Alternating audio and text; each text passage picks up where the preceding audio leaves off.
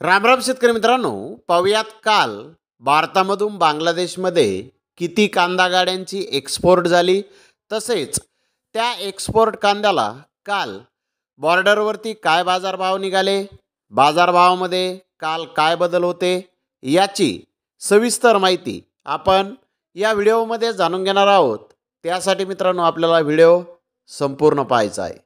तर मित्रांनो, काल गोजडांगा बॉर्डर इथून 47 गाड्यांची एक्सपोर्ट ही झालेली आहे।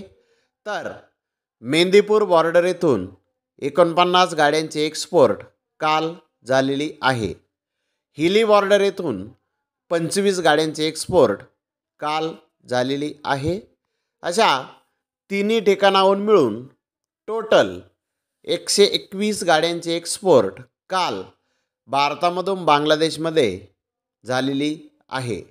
यामध्ये मध्य प्रदेश येथील नवीन व जुना कांदा होता, नाशिक जिल्ह्यातील कांदा होता, नगर जिल्ह्यातील कांदा होता, साऊथचा नवीन कांदा होता, तसेच राजस्थानचा अलवरचा नवीन कांदाही यामध्ये काल होता।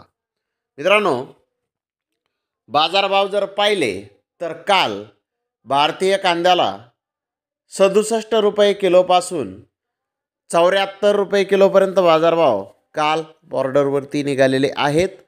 मित्रांनो, काल बाजारभावामध्ये कसलाही बदल झालेला नाही, बाजारभाव काल स्थिर होते। तर धन्यवाद मित्रांनो, आपण माझा व्हिडिओ शेवटपर्यंत पाहिल्याबद्दल। व्हिडिओ आवडल्यास लाईक करा, शेअर करा।